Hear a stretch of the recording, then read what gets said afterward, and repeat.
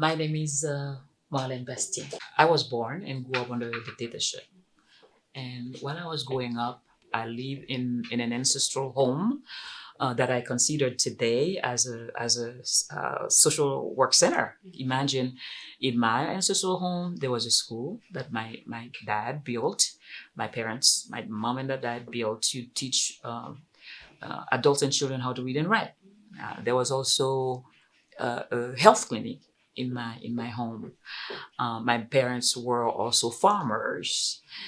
When they went to the farm, we at a very young age, my brothers and I, we were taught to take care of people who came with a big and an infested wound or a nail in their feet or things like that. Because they were educators, they were arrested sometimes, especially my dad.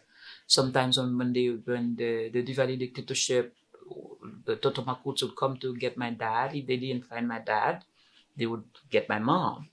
Yeah, I remember in elementary school, the nuns wanted us to write what we wanted to do when we grew up, and I wrote a very eloquent. They called it rédaction, which is really an essay. Now I realize that was an essay about how I wanted to be a doctor. But I should have been able to be a doctor because of the injustice, because my parents were considered subversive, not because they were involved politically. You couldn't be involved politically. It was a dictatorship. You either was for the dictator or you weren't. So I felt that was very unjust. So when I came here, I thought that my life was over after I didn't make it to medical school. So when I came here, I was a little bit disoriented, and I started going to Miami-Dade, and I had a counselor. The counselor told me that I couldn't be a doctor because I was too old. At 22, that I was too old. 22 or 23. I think by the time I went to Miami-Dade, I was 23. I knew that this wasn't my calling, executive secretary. And I was disoriented. I didn't know what to do. And until I started volunteering, and I was volunteering at the Haitian Refugee Center.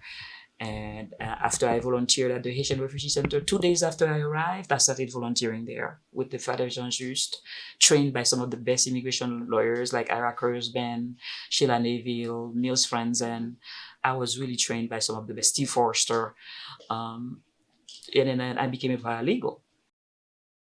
But even though my role was to go to home, detention camp almost every day to assist newly arrived refugees and apprise them of their rights of due process and help them with the political asylum process to prevent them from being deported. Because at that time, there was a parallel migration. The Cubans were coming en masse. The Haitians were coming en masse. The Cubans would be released after a few days, and after a year would be able to adjust their status. The Haitians lingered in detention centers for months, sometimes years, in complete denial of their basic rights of due process. So my role was to apprise them of their rights of due process and also to assist them. But while I was doing that, remember the Haitian Refugee Center provided legal services. But that was the only place people knew at the time in the early 80s. So when they came, for some reasons, if they came for something other than legal, they sent them to me. Remember, I was confused. I couldn't go to medical school. I was really confused. I didn't want to be an executive secretary after the first semester. And that's how I found my way.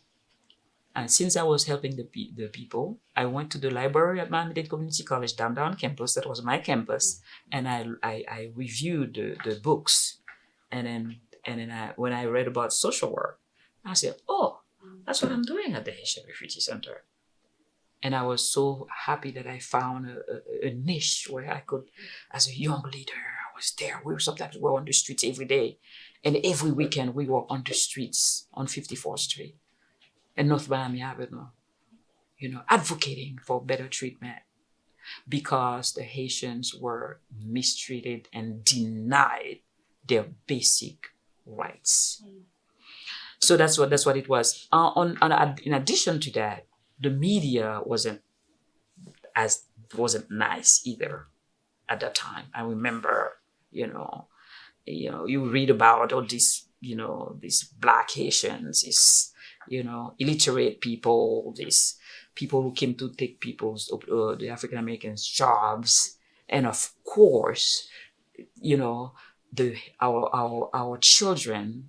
I was a younger adult. I was, I saw discrimination, but the children fared worse. As an employer, I heard stories, testimonies about children in their 40s right now, or early 50s, and then who are traumatized. And I realized recently that there is a collective trauma from that era where children were being bullied in the schools. So the Haitians were being, mistreated at different levels. That is why when I left Jackson in 2000 and I founded FAM, in 1991 and I left Jackson in 2000 to fully focus on FAM because I realized that there was a need. There was a need not only to do this advocacy, but also to provide the badly needed services to the parents who didn't know. Just all they knew what to do is to tell the children, try not to tell them that you're Asians, tell them you're Bahamian, you're Jamaican, and then now you have little Haitian boys and girls trying to adopt another, way of speaking and dressing just to fit in because they didn't want to be beat up. So when I left Jackson and then to work at FAM full time, FAM provides services. We reach to at least 10,000 people a year. We're proud of that. But we've also worked on policies. As a matter of fact, a lot of my work was done, federally at the, changing, laws. And we've led at least 5 big campaigns. FAM, Family Action Network, when we won all of them. Starting with IRCA. As a young person, I wasn't active in the conception of IRCA, but I worked with other advocates to translate everything in Creole, in Spanish, and then making sure that people understood, the farm workers understood where to go, what to do. It's about that, about organizing the campaign for HIRIFA, the Haitian Immigration Fairness Act of 1998. It took us 3 years, busing people, raising money, busing people to Washington, D.C., and starting and leading the temporary protected status campaign since the 1990s, since the President Bush have been organizing around TPS. And when the former President Trump, now new President-elect, stopped TPS to work with members, work with lawyers under the leadership of Ira Kurzban and the legal team to bring a lawsuit so that to protect them, which we want to protect them. Haitian Family Reunification Parole. This is a campaign that took us 5 long years, working and organizing locally, statewide, and nationally. Because there was the Cuban Family Reunification Parole Program, there wasn't a Haitian Family Reunification Parole Program. Every resolution, every piece of legislation that I work on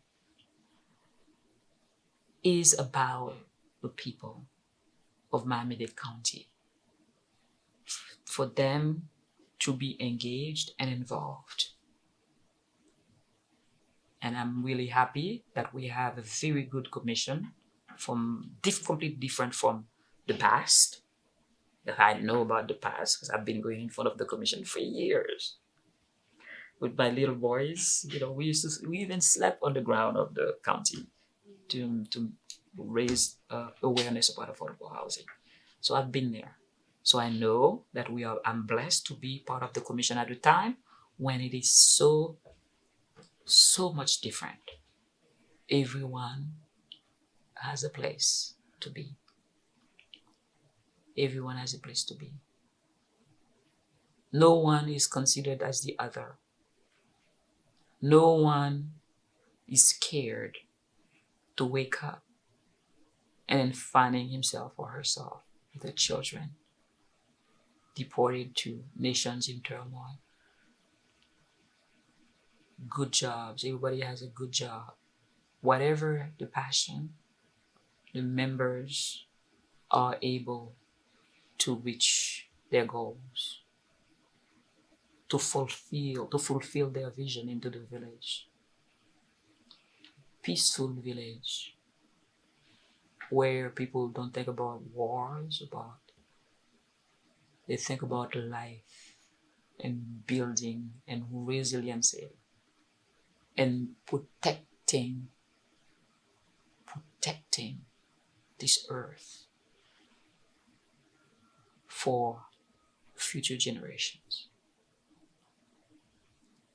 A community where everyone has a seat around the table. Everyone. We can do it.